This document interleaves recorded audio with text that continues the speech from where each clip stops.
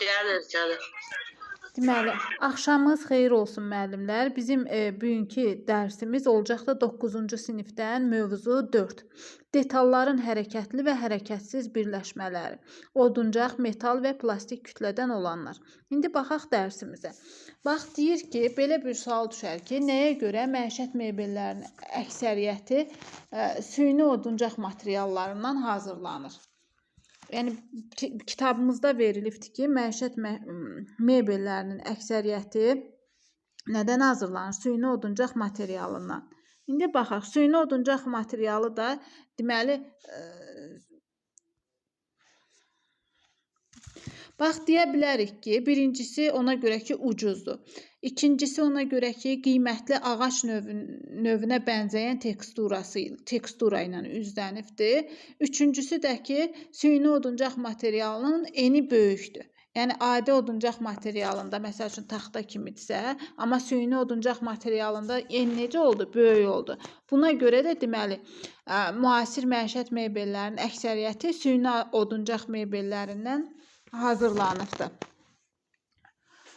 Süni ağac materialından deyək də, süni ağac materialından hazırlanıb. Süni ağac materialının da qısaldılmış şəkli SAM formasında verilir. Yəni, süni ağac materialı. Deməli, 3 dənə şeyə görə. Nə oldu? Ucuz olduğu üçün süni ağac materialı. Xam mal qiymətli ağac növünə bənzədiyi üçün, üzr istəyirəm, teksturasına görə. İndi növbəti dərslərdə biz keçəcəyik. Kaşirləmə var, laminləmə var, forma vermə var. Orada görəcəyik. Bir də eni böyük olduğu üçün süni ağac materialının. İndi davam edirik. Bax, deyir ki, dünyanın hər yerində süni oduncaq materialının istehsal olunması onları son 40 ilin ən çox istifadə edilən material etmişdir. Deməli, ən çox mebellərin hazırlanmasında, ümumiyyətlə tikintidə falan ən çox nədən istifadə edirlər?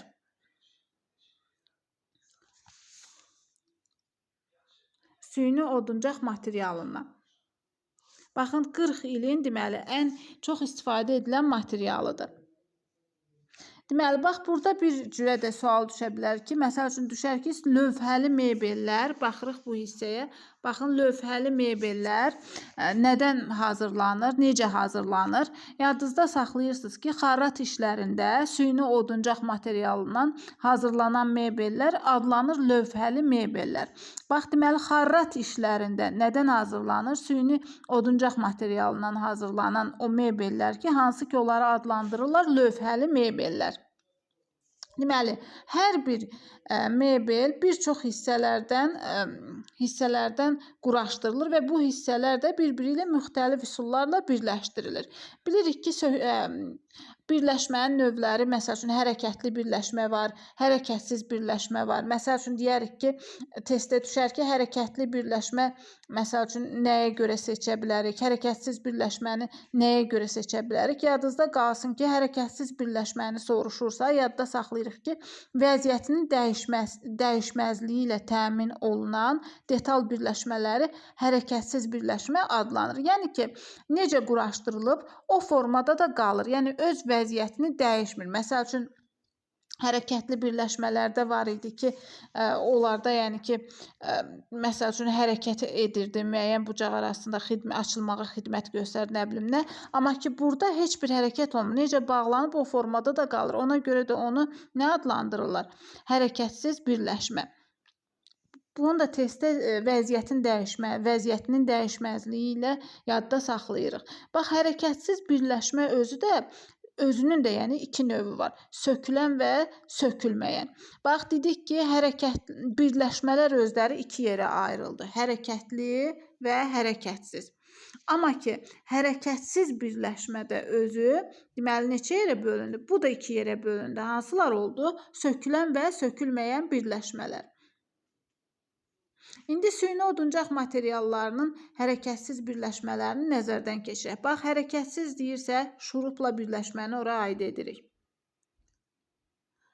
Sonra, vitli bərkitməni ora aid eləyirik. Deməli, vitli bərkitməni də hərəkətsizə aid eləyirik. Sonra davam eləyirik. Bir-bir nəzərdən keçirək, sonra baxarıq. Sonra bax, eksentrik bərkitməni də ora aid eləyirik. Şkatlarla bərkitməni də ora aid eləyirik. Bir də burada mebel küçlüyünü deməli aid elədik hərəkətsiz birləşməyə. Amma hərəkətli deyən zaman bu ikisidir. Hərəkətli birləşmə deyən zaman həncəmalı mebel kroşteyini, bir də çaşqa həncəmanı ora aid etdik. Deməli 5 dənə hərəkətsiz birləşməmiz oldu. Amma 2 dənə bizim hərəkətli birləşməmiz oldu. Ümumilikdə birləşmə növləri olaraq 7 dənə birləşmə növünü keçdik inşallah. Bircə dəqiqə qayıdaq, davam eləyək. Deməli müəllimlər, indi başlayaq hərəkətsiz olan şurupla birləşmədən. Bax, ən sadə hərəkətsiz birləşmə soruşsa testdə. Biz hara aid etdik onu? Şurupla birləşməyə. Deməli, detalların şurupla birləşdirmək çox çətin deyil. Yəni asandır da, hamımız evdə rahatlıqla bu şurupla birləşmə işini icra eləyə bilirik. Lakin burada bir şeyə diqqət yetirmək lazımdır. Yəni bu birləşməni aparmazdan əvvəl şurupu düzgün seçmək lazımdır. Deməli, nə etmək lazımdır? OYL ilə olan detalları birləşdirmək üçün oduncaqda işlədilən şuruplardan fərqli olaraq başqa quruluşlu şuruplar tətbiq olunur. İndi burada kitabda şəkili verilibdir. Baxaq.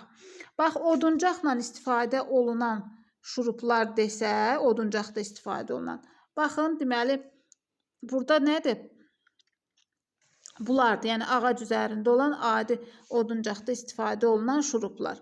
Amma ki, bizə OYL-də istifadə olunan şuruplar desək, onda deyəcəyik ki, özü kəsən şuruplar, yəni özünə, belə deyək də, özünə yiv kəsən şuruplar. Səlis yiv keçir onun içərisindən. Baxırsınız ki, burada da göstərilibdə. Görürsünüz, bu şuruplarda adidir, amma bunlarda görürsünüz, nisbətən bu formada burulmalar gedibdir. Deməli, burada nə olacaqdır? Bu şuruplar onların yəni oxu boyunca özü kəsən səlis yivi keçir. Deməli, OYL-də də biz hansı şuruplardan istifadə edirik? Deməli, özü kəsən şuruplardan. Yəni, adi taxtada biz nə edirik? Adi şurup, ağac üçün olan adi şurupdan istifadə elədik.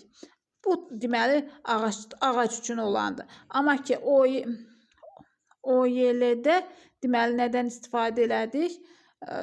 Özü kəsən şuruplardan.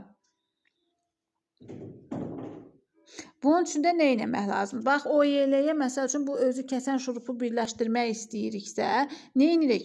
Əvvəlcə onun, yəni ki, əvvəlcədən kiçik diametrli deşiyi açırıq. Onu deşiyi burğuluyuruq. Bu zaman vintaçanı da düzgün seçmək lazımdır ki, işin rahat getməsi üçün həm vintaçanı düzgün seçməliyik, həm də ki, əvvəlcədən kiçik diametrli nə edirik? Deşiyi açırıq, sonra özü kəsən şurubu, yəni ora vintaçan vasitəsilə quraşdırırıq. Deməli, buradan bizə nə aydın oldu? Deməli, ən sadə şurup növüdürsə, ən sadə birləşmə, hərəkətsiz birləşmədirsə, bilirik ki, şurup özü də hərəkətsiz birləşmədir. Götürcüyük şurupla birləşməni. Deməli, birləşdirən zamanda, bu şurupla birləşdirən zamanda şurupu düzgün seçmək lazımdır. Əgər taxta ilə ağac üzərində işləyiriksə, ağac üçün olan bu adi şurupdan istifadə edəcəyik şəkil B-dəki. Yox, əgər biz OYL-ni şurupla birləşdirmək istəyiriksə, o zaman özü kəsən şuruplardan istifadə edəcəyik. Özü kəsən şurupu da quraşdırmaq üçün burğu lazımdır, vintaçan lazımdır. Deməli, kiçik diametrli deşik açmaq üçün burğuluyuruq. Daha sonra və vintaçanı da bu burğulama üçün düzgün seçirik. İndi davam eləyirik ikinciyə. Bax, vitli bərkitmə nədir? Vitli bərkitmə söküləndir, lakin hərəkətsiz furniturdur.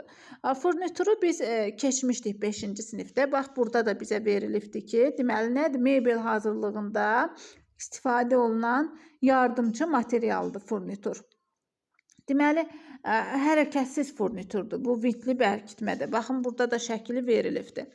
İndi baxırıq. Deməli, burada nə danışır? Deməli, vitli bərkitmə, vit və kiçik çəlləkdən ibarət. Həm vitdən ibarətdir, həm də kiçik çəlləki var. Deməli, bir panelin kənarının digər panel layına bərkidilməsi üçün istifadə olunur. Bax, bir panelin kənarının, deməli, digər panelin layına nə etməsi üçün, bərkidilməsi üçün, deməli, nədən istifadə edilir? Panel söhbəti varsa, vitli bərkitməni ora aid etdik. Vitli bərkitmə də, deməli, nədən ibarət oldu? Çəlləkdən və kiçik çəlləkdən və vitdən ibarət oldu. Deməli, məsəl gətiribdir ki, burada kitabda rəfin yan panelinin birləşdirilməsi, çəkilib bağlama yerişi böyük olduğu üçün bu çox möhkəm birləşmədir. Məsəl üçün, sual düşər ki, testdə nəyə görə çox möhkəm birləşmə adlandırılır, vitli bərkitmə? Yadınızda qalsın ki, çəkilib bağlama yerişi onun böyük olduğu üçün. Deməli, bu bərkitmənin də çatışmayan cəhəti odur ki, panelin üst hissəsindən vintin başlığı görünür. Baxın, bax burada panelin üst hissəsindən o vintin başlığı görünür. Bu da deməli vintli bərkitmənin çatışmayan cəhətidir. Deməli, bunu da xüsusi tıxaclarla bağlamaq olar. Yəni, bu baş hissəni, görünən hissəni xüsusi tıxaclarla bağlamaq mümkündür. Lakin bu vəziyyətdən də çıxış yolu sayılmır. Çünki tıxaclar şkafın xarici panelində estetik görünməyəsə, yəni başlığı tıxacla da bağlasaq, yenə də o tıxac özü də orada, yəni ki, estetik olmayan, yaxşı olmayan bir görüntü yaratacaqdır. Bax, bu bərkitmənin özünün də bağlanması, burulması, yəni ki, o qədər də asan deyil. Yəni, vacib olan vərdişlərə yiyələnmək lazımdır bunu bərkitmək üçün. Çünki təcrübəsiz olanlar kiçik çəllək vitdəki dəliyin rəfin kənarındakı dəliklə üst-üstə düşməsi problemi ilə qarşılaşa bilər. Yəni ki, burada olan dəliyin, bu rəfin kənarında burada olan dəliklərlə üst-üstə düşürdə bilməyə də bilərlər. Ona görə mütləq şəkildə təcrübəli adam onu bağlasa daha yaxşı olar. Deməli, eləcə də kiçik çəllək vint öz yuvasına çıxartmaq eləcə də asan deyil. Lakin yığma zamanı bu narahatlıq və estetik xəta birləşmələrin etibarlı, həmçinin də uzun ömürlü olması ilə əvəz olunur. Deməli, nə qədər estetik görüntüsü yaxşı olmasa da, buradan vint görünsə də, nə qədər o bərkidən zaman o çəllək düzgün oturmasa da, amma ki, onun üstün cəhəti odur ki, nə oldu? Deməli, ehtibarlıdır. Yəni, bu birləşmə ehtibarlı birləşmədir. Uzun ömürlü birləşmədir. Ona görə bu da onun üstün cəhətləridir. Bax, burada da deyir ki, necə ki, bayaqların biz şurupda demişdik, əvvəlcədən açılmış deşiyə burğulanır. Burada da deyir ki, deməli, vint rəfin kənarında əvvəlcədən açılmış deşiyə burğulanır. Onun quraşdırılması üçün rəfin kənarında və detalın üz layında 2 deşik burğulanaraq açılır. Bax, həm rəfin kənarında, həm də detalın üz layında, deməli, nə oldu? 2 deşik burğulanaraq açıldı. Onlar bir-birinə perpendikulyar. Görürsünüz, biri belə gəlir, biri belə. Bunun içindəki o deşikdən keçir bu şurup. Deməli, bir-birinə, deməli, necə bağlandı? Perpendikulyar bərkidildi. Çox vaxt diametri 7 mm, uzunluğu 50 və ya 70 mm olan avravitlərdən istifadə olunur. Baxaq, birinci görək avravit nədir? Avravit, deməli, başlığı 6 bucaqlı olan vintdir. Burada da deyir ki, bunun quraşdırılmasında da çox vaxtı, deməli, uzunluğu diametri 7 mm, uzunluğu isə 50-70 mm olan avrovitlərdən istifadə olunur. Yəni, bu çəlləyin quraşdırılmasında. İndi keçək, bax, panel nədir? Burada paneldən də söhbət getdi. Panel oldu 4 bucaqlı taxta başlığı, furnitür oldu mebel hazırlığında istifadə olunan yardımcı material, yəni köməkçi vasitə. Avrovint də oldu, başlığı 6 bucaqlı olan vint, yəni bu başlıq hissəsi 6 bucaqlı olan vint oldu. İndi davam eləyək. İndi baxırıq bura eksentrik bərkitməyə. Baxaq görək eksentrik bərkitmə nədir? Bax, belə deyək də, eksentrik bərkitmə bu da hərəkətsiz furniturdur, söküləndir. Deməli, hərəkətsizdir, amma ki, sökülən furniturdur. Bayaqların biz nə demişdik? Vintli bərkitmədə hərəkətsiz idi, sökülən idi. Amma ki, şurupla bərkitmə sadəcə hərəkətsiz bərkitmə idi, yəni sökülən kimi sayılmırdı. Deməli, indi davam edirik. Deməli, sökülən oldu. Eksentrik bərkitmə ən çox işlədilən bərkitmə növüdür. Deməli, ən çox işlədilən bərkitmə növünü soruşsa testdə bizdə götürəcəyik eksentrik bərkitməni. Amma ən sadə hərəkətsiz birləşmədirsə, ən sadə. Bu zaman götürəcəyik şurupla birləşməni.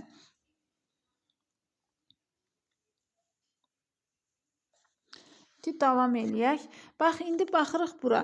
Deməli, eksentrik bərkitmə ən çox işlədilən bərkitmə növüdür.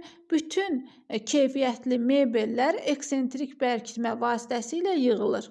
Deməli, bütün keyfiyyətli mebellər nə vasitəsilə yığılır desə, götürəcəyik eksentrik bərkitmə vasitəsilə. Onun işləmə prinsipi belədir. İndi baxırıq eksentrik bərkitmənin işləmə prinsipinə. Digər panelin kənarında birləşəcək detal layına eksentrik bərkitmənin şkotu burularaq taxılır. Bax, bu şkot burularaq nə oldu? Taxıldı. Digər panelin layına. Bax, burada göstərilibdir. İndi baxaq görək başqa nə var burada.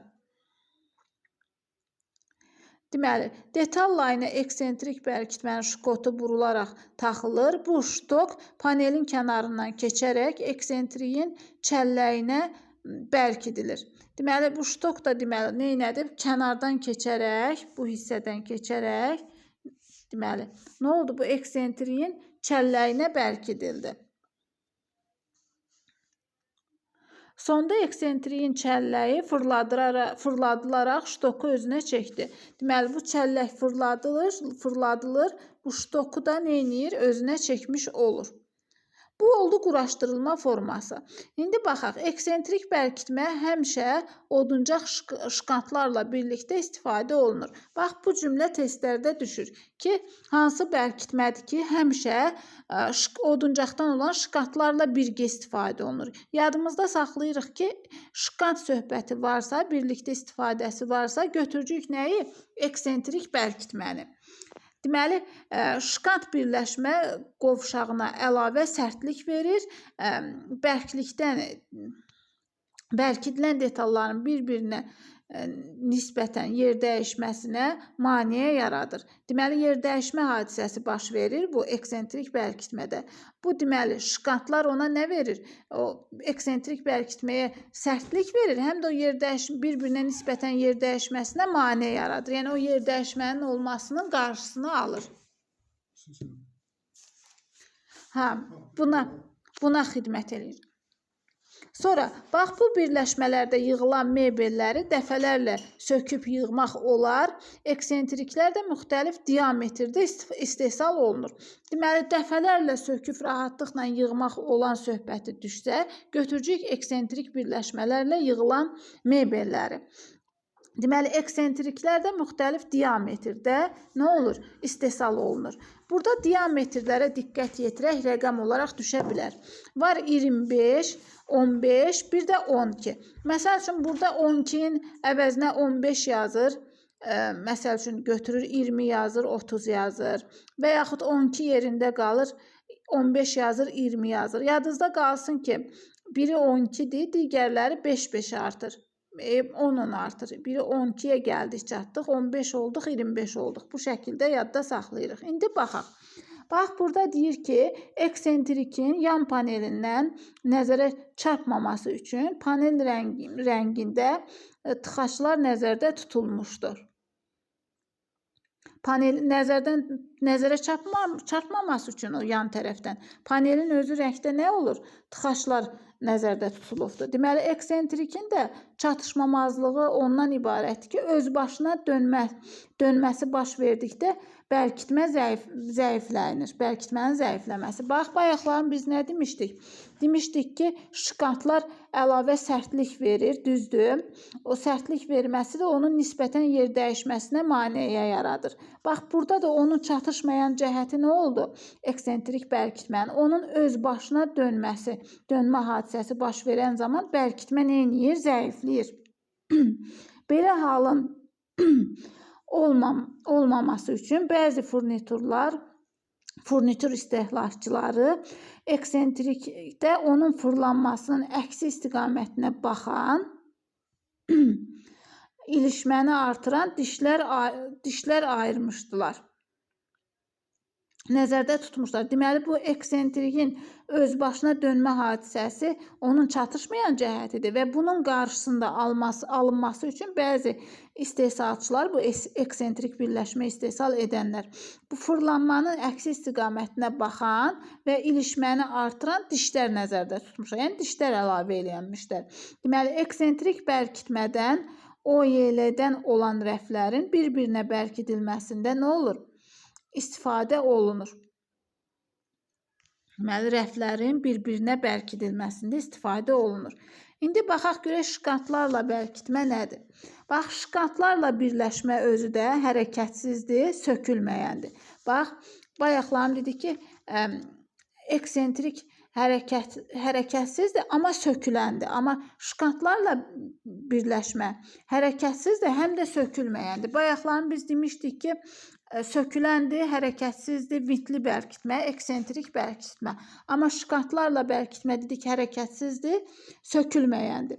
Deməli, gövdəli mebel söhbəti varsa, ona aid etdik şkatla birləşməyə. Bax, burada nə deyir? Deyir ki, şkat gövdəli mebel detallarının birləşdirilməsi üçün bərkidici məmulatdır. O, oduncaqdan, plastik kütlədən hazırlanmış silindrik formalı çüydür. Deməli, həm taxtadan hazırlanır oduncaqdan, həm də plastik kütlədən hazırlanır. Özü də belə silindrik formalı nə oldu? Çüy oldu. Şkatlar müxtəlif uzunluqda və diametrdə olur. Yəni, onların da uzunluğu da müxtəlif ola bilər, diametri də müxtəlif ola bilər. Yığma zamanı şkat detalların düzgün birləşməsinə şərait yaradır. İstismar edilərkən üzərinə yük götürərək onların yer dəyişməsinə mane olur. Deməli, düzgün birləşməyə şərait yaratdır şkatlar mebelin yığılmasında. Bir də üzərinə yük götürərək istismar zamanı. O, demişdik, eksentrik birləşmələrə sərtlik verir, onların yer dəyişməsinin qarşısını alır, maneə törədir. Həm də burada da o cümlə verilibdir ki, deməli, baxaq görək, haradaydı o? Baxın bu hissədə. Deməli, yer dəyişməsinə neynədir? Maneə yaratdı. Deməli, birləşmənin bu növündən müstəqil olaraq təsadüfi hallarda yalnız eksentrik birləşmələrə sərtlik vermək üçün istifadə olunur. Müstəqil şəkildə deməli, bu şkatla bərkitmədən, birləşmədən təsadüfi hallarda, yəni çox vaxt istifadə olunmur. Yalnız, deməli, harada istifadə olunur? Eksentrik birləşmələrə sərtlik vermək üçün, yəni onların yer dəyişməsinin qarşısını almaq üçün eksentrik bərkitməni. Deməli, şkat çox ucuzdur, sadə detaldır. Davam eləyək. Sadə detaldır. Onunla da işin özünə məxsus çətinlikləri var. Çünki bilirik ki, təbii oduncaqdan hazırlanır, oduncaqdan olan şkatlar. Deməli, qurudulmamış oduncaqdan hazırlananda və ya düzgün saxlanılmadıqda öz o silindrik formasını neynir? İtirir. Formasını dəyişir. Məsəl üçün, biz oduncağın qurudulmasında demişdik, qurudulan zaman düzgün qurudulmayanda o neynir? Əyilmələrə məruz qalır müxtəlif formada. Eləcə də bu şkatlar da belədir ki, yəni düzgün qurudulmamış olanda nə olur? Öz formasını saxlamır, yəni silindrik formasını dəyişir. Bu birləşmədə də özünün keyfiyyətində də özünü biruzə verir. Yəni ki, təbii ki, o əyilmiş şkat heç bir düzgün birləşmə işini icra eləyə bilməz. Buna görə də şkatların nəmliyi birləşdirilən detalların nəmliyindən 2-3% aşağı olmalıdır. Məsəl üçün, birləşdirilən detallarda tutalım ki, 5% isə nəmlik tutalım ki, deyək də, ondan 2-3% aşağı olmalıdır şkantın nəmliyi. Aydın oldu mu? Deməli, şkantın yol verilən nəmlik həddi neçə faiz olmalıdır? 6-8%. Ümumilikdə şkantın nəmlik həddi 6-8% olmalıdır. Baxın, şkantın özünün nəmlik həddi 6-8% olmalıdır. Amma ki, o birləşdirilən detaldan da onun nəmliyi 2-3% aşağı olmalıdır. İndi baxaq mebel küçlüyünə. Bax, mebel küçlüyü də özləri iki materialdan hazırlanır. Plastikdən hazırlanır, metaldan hazırlanır. Metaldan olan daha möhkəmdir. Daha möhkəm. Amma ki, plastikdən olan estetik görüntüyə xələl gətirə bilər, xələl gətirir. Bax, estetik görüntüyə xələl gətirirdisə, estetik görüntüyə plastiki götürəcək. Amma möhkəmdirdisə, götürəcək metaldan olan mebel küçlüyünü. Bax, burada nədir? Bu furnitur tərpənməzdir, lakin söküləndir. Yəni ki, tərpənməzdir deyəndə, ola bilər ki, testdə tərpənməzdir yazar. Yadınızda saxlayın ki, mebel küçlüydür. Amma ki, hərəkətsiz də yaza bilər. Amma söküləndir. Bayaqların biz şkantlarda nə demişdik? Demişdik ki, hərəkətsizdir, özü də sökülməyəndir. Amma demişdik ki, eksentrik bərkitmə hərəkətsiz furniturdur, söküləndir. Vintli bərkitmə hərəkətsizdir, söküləndir. Eyni ilə də, deməli, mebel küçlüyü furnitur olaraq söküləndir, tərpənməzdir, yəni hərəkətsizdir. Bu birləşmənin sadə növüdür. Quraşdırılması da asandır. Bax, quraşdırılması asandır desək, götürəcəyik mebel küçlüyünü. Amma desək ki, birləşmənin sadə növüdür. Bax, sadəyə ən sadə desə, testdə ən sadə hərəkətsiz birləşmə, şurupla birləşmədir. Yenə sadə axtarsaq, yenə də orada biz bu mebel küçlüyünü də əlavə edə bilərik. Amma şurupun quraşdırılmasında o qədər də asan yazmamışdı da, yəni ki, çətin deyil yazmışdı. Amma ki, ən asandır, deməli bu şeydir, mebel küçlüyüdür, quraşdırılması asan. Deməli, quraşdırmaq üçün heç bir əlavə dəliyin açılması tələb etmir. Mebel küçlülükləri metal və plastik kütlədən olur. Mebel küçlü birləşmələr kifayət qədər möhkəm birləşmə növüdür və qiyməti də ucuzdur. Bayaq şkantda da demişdik ki, ucuzdur. Deməli, mebel küçlüyünün də qiyməti ucuzdur. Çatışmamazlığı nədir? Çatışmamazlığı da odur ki, baxın burada göstərir, görünən olmasıdır. Yəni, görünür. O da estetik görünüşə xələl gətirir də, o görünən olması. Plastik kütlədən olan mebel küçlüyü bir qədər məmulatın estetik görüntüsünə xələl gətirir, plastikdən olan. Lakin bu qurulma mebeldə bərkitmənin əsas növüdür. Bax, qurulma mebeldə bərkitmənin əsas növü desək, götürəcəyik nəyi? Mebel küçlüyünü. İndi baxaq, bunlar oldu hərəkətsizlər. Deməli, hərəkətsiz birləşmələrə nələr aid oldu? Bir də baxaq, mebel küçlüyü oldu, şkantla birləşmə aid oldu, eksentrik birləşmə aid oldu, vintli bərkitmə aid oldu, bir də şurupla birləşmə. İndi baxırıq hərəkətlilərə. Hərəkətli birləşmələrə isə aid oldu çaşqa həncama, bir də həncamalı metal kroşteyn. İndi baxırıq, çaşqa həncama nədir? Birinci bu çaşqa həncamaya baxaq. Deməli, yarım mexaniki qurğu olub, mebeldə qapıların gövdəyə bərkidilməsinə və qapı laylarının müəyyən bucaq altında açılmasına xidmət edir. Bax, çaşqa həncama burada göstərib. Görürsünüz, müəyyən bucaq altında nə edir? Qapının açılmasına xidmət eləyir. İndi baxaq. Bax, həncamanın bu növü hərəkətlidir, həm də söküləndir. Necə oldu? Çaşqa həncama necə oldu? Həm hərəkətli oldu, həm də sökülən oldu. Qapıların da bərkidilməsində ən etibarlı üsul hesab edilir. Bax, ən etibarlı üsulu soruşsa bizdən qapıların bərkidilməsində.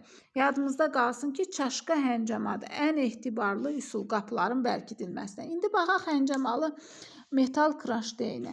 Bax, yuxarı və aşağı açılan qapılar üçün xüsusi qaldırıcı mexanizmlər nəzərdə tutulmuşdur. İndi bircə dəqiqə onun şəklinə çevirim, sonra baxaq.